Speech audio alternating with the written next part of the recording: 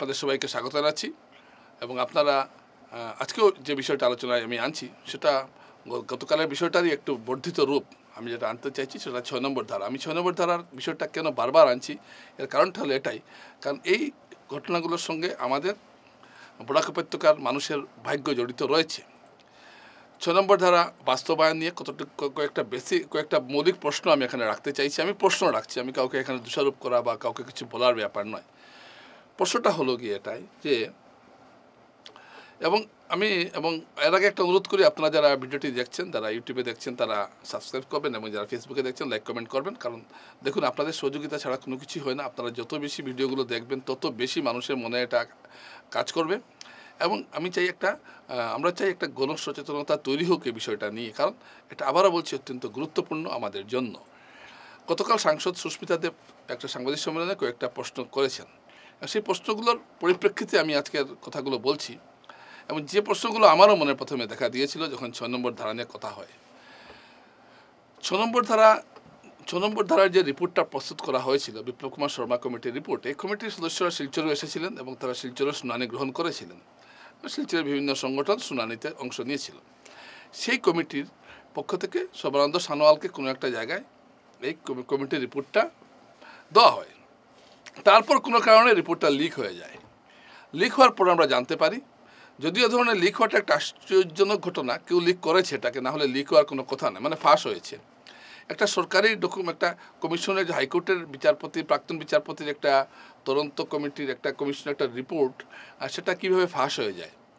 তার মানে ফাঁস করানো হয়েছে এবং সেই ফাঁস করার পর আমরা জানতে পারলাম যে 6 নম্বর ধারায় কী আছে এবং 6 নম্বর ধারায় তখনই 6 নম্বর ধারা নিয়ে একটা আলোচনা শুরু হলো। আসাম চুক্তির 6 নম্বর ধারায় অসমীয়া জাতির কৃষ্টি সংস্কৃতি রক্ষা করার কথা বলা হয়েছে এবং কীভাবে সেটা রক্ষা করা যায় তার জন্য কমিশন কিছু সুপারিশ করেছে। এর মধ্যে আছে 80% চাকরি সংরক্ষণ, অসমীয়া শব্দটি উঠে এখানে খিলঞ্জিয়া করা হয়েছে এবং বিভিন্ন বিষয়ে আরও কিছু যুক্ত করা হয়েছে। শুধু কেন্দ্রীয় সরকার নয়, শুধু রাজ্য সরকার নয়, কেন্দ্রীয় এবং বেসরকারি সংস্থার চাকরিগুলিতেও খিলঞ্জিয়াদের জন্য সংরক্ষণের কথা বলা হয়েছে, জমির কথা বলা হয়েছে, ব্যবসার কথা বলা হয়েছে, অনেক কিছু বলা হয়েছে।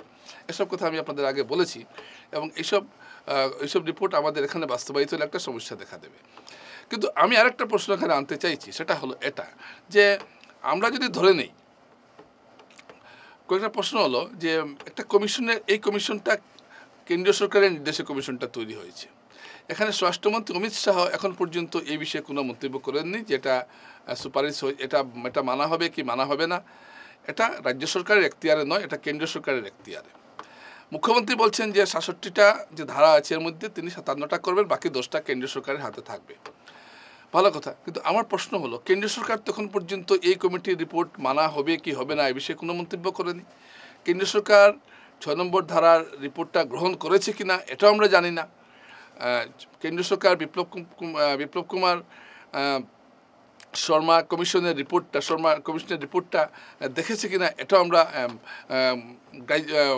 গ্রহণ করেছে এটা আমরা জানি না। সর্বানন্দ সানোয়ালকে দেওয়া হয়েছে এতটুকু আমরা জানি এবং সেটা স্বরাষ্ট্র দপ্তর পেয়েছে কি না বা এতে স্বরাষ্ট্র দপ্তর কোনো বিবৃতি জারি করেছে কি না এবং এই যে একটা বিষয়ে কোনো ধরনের সরকারি ওয়েবসাইটে কমিশনের কোনো রিপোর্ট পাওয়া যাচ্ছে না। একটা পিডিএফকে তো আপনি রিপোর্ট বলতে পারবেন না, একটা সরকারি একটা ওয়েবসাইটে যাওয়া উচিত ছিল।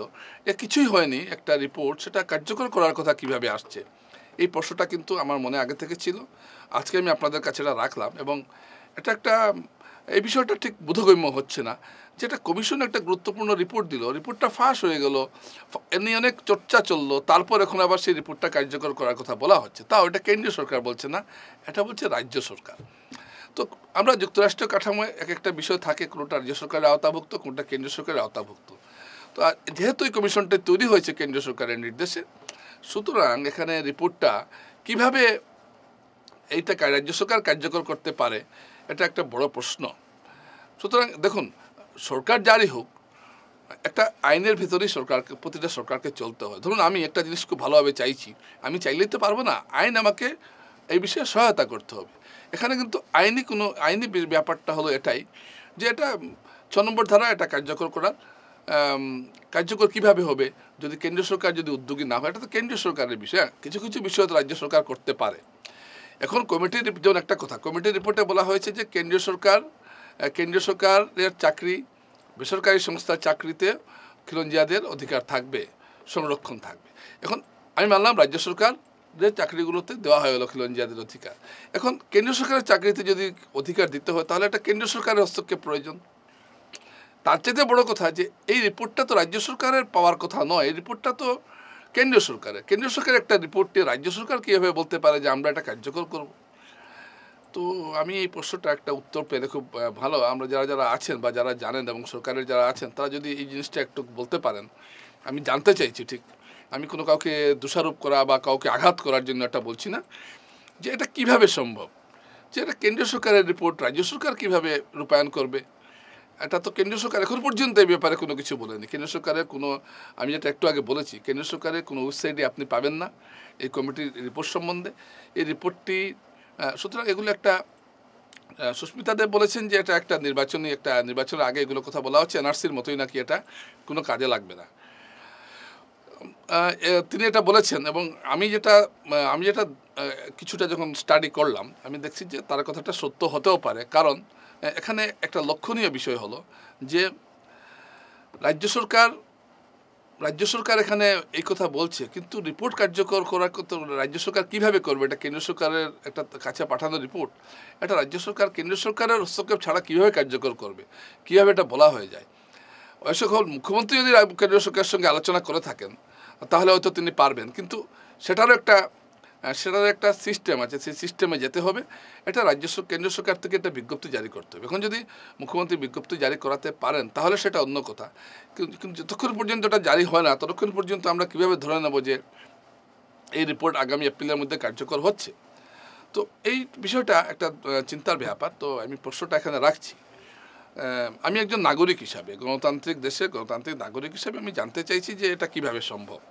যদি সম্ভব হয়, আমি বলছি না যে সম্ভব নয়, কিন্তু আপাতদৃষ্টিতে সাধারণ জ্ঞানে যেটা বলছে যে একটা কেন্দ্রীয় সরকারের একটা কমিশনের রিপোর্ট এটা কেন্দ্রীয় সরকার কার্যকর করবে। হ্যাঁ, কোনো ক্ষেত্রে রাজ্য সরকারের সহযোগিতার সঙ্গে লাগলে রাজ্য সরকারের সঙ্গে কেন্দ্রীয় সরকার আলোচনা করতে পারে, এটাই হলো যুক্তরাষ্ট্রীয় কাঠামোর নিয়ম। কিন্তু এখানে আমি যে বিষয়টা দেখছি, এখানে কেন্দ্রীয় সরকারের হস্তক্ষেপ হয়েছে কিনা এটা কোনো এখন পর্যন্ত দেখা যায়নি। তাই বিষয়টা নিয়ে একটা প্রশ্ন রয়ে গেল। তো আমি আশা করব শাসক দলের সঙ্গে যারা জড়িত আছেন বা যারা আইনি পরামর্শ যারা ভালো বোঝেন তারা একটু বিষয়টা আমাদের খোলসা করবেন। একজন সাধারণ নাগরিক হিসাবে আমি এটা জানতে চাইছি যে এটা কিভাবে সম্ভব এবং এই রিপোর্টটা কীভাবে ফাঁস হলো, এটাও একটা বড় প্রশ্ন। একজন সুপ্রিম কোর্ট, একজন হাইকোর্টের মহামান্য বিচারপতি বা প্রাক্তন বিচারপতি, তিনি একটা রিপোর্ট দিয়েছেন এবং অনেক স্টাডি করে অনেক সাক্ষী সাবুত নেওয়ার পর একটা রিপোর্ট দিয়েছেন। সেই রিপোর্টটা একটা গুরুত্বপূর্ণ রিপোর্ট কীভাবে ফাঁস হয়ে যায়, কারা এটা ফাঁস করলো, এটাও একটা জানার প্রয়োজন রয়েছে, কিন্তু এগুলো আমরা জানলাম না। তাই একটা প্রশ্ন আমার অবশ্যই মনে আসছে যে এই কেন্দ্রীয় সরকারের নির্দেশে গঠিত কমিশনের রিপোর্ট কি রাজ্য সরকার কার্যকর করতে পারে? এই বিষয়টা একটা খোলাসা, এই বিষয়টা একটা উত্তর আমরা জানতে চাইছি। নমস্কার।